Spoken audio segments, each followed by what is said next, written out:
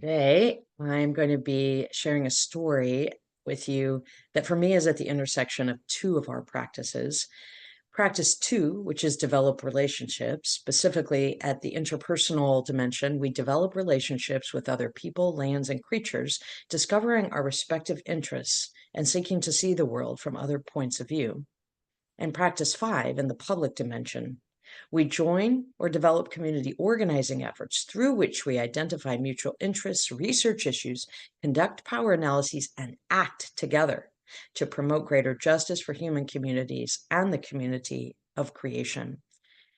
Is this question as to how do we develop relationships and continue to develop relationships, even when we are acting in a very specific way that according to organizing language, means that we are polarizing an issue. We've cut an issue, we find what it is, and we polarize. We say, okay, we are on this side of this issue, and we are acting in this way, which can then make it difficult to be in relationships with people who find themselves on the other side of that issue.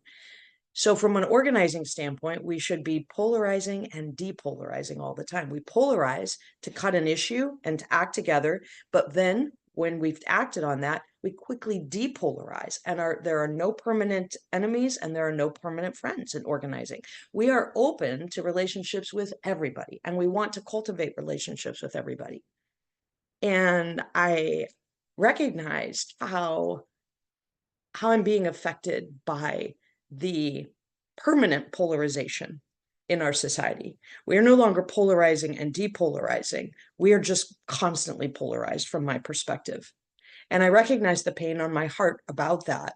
When I got an email from somebody who was wanting to challenge an email I put out to the Ecofaith Leaders Listserv, but the way that he did it was in such a respectful and caring way that two things. One, I did not feel attacked. I actually felt invited and was thinking about what he said for days after that. And secondly, I felt a moving towards me and a connection with somebody who was actually challenging me on something that I had put out there. So what happened was, this was maybe a week or so ago when I put out an invitation to participate in the actions related to our partnership with Reclaim Our Vote to get out the vote.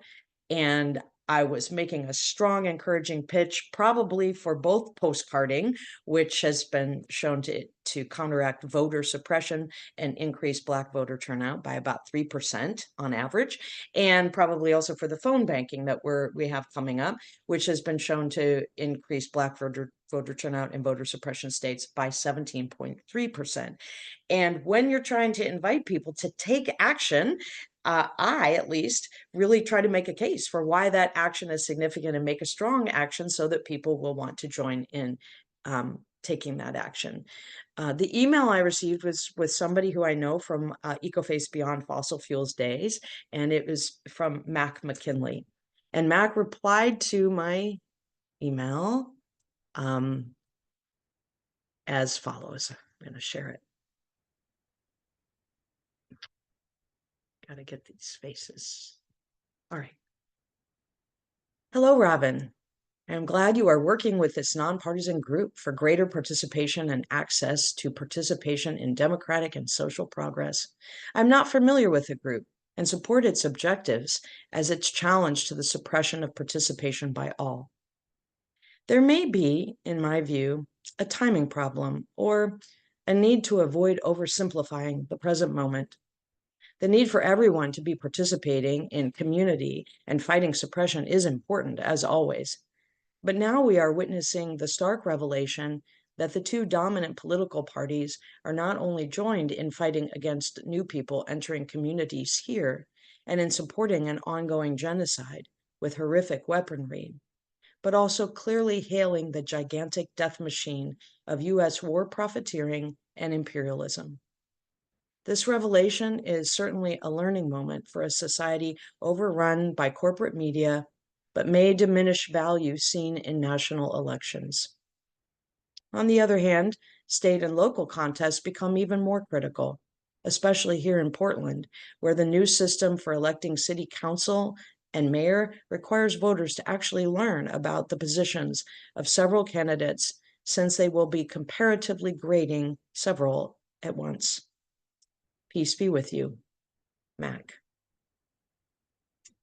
Mac's thoughtful and respectful email to me left me with this question as to how I can be passionate about taking action on something that feels to me like it is important and necessary, while also holding the bigger picture that this is not the end all be all. This does not solve all the problems in the world. In fact, it is just a tiny, tiny, tiny little piece of the bigger picture of what's going on and of the world that I long for and believe the Holy One longs for. So how do I hold that large perspective and be passionate and polarize on a particular issue? And how do I also follow Mac's lead, even when I bet he feels very passionately about some of these things and could probably engage in a significant debate with me about the extent to which he thinks these efforts really matter in light of the big picture, but to do it in such a kind and respectful way that values the whole humanity of another person, sees the whole humanity of another person, and actually strategically gets that person thinking about his perspective for days and weeks to come. I welcome you in your one-to-ones to reflect on that question of who and how do you want to be as both a person holding the big perspective and passionate about engaging people to take action, and how are we being that, and how do we want to be that even more as Eco Faith? Thanks, friends.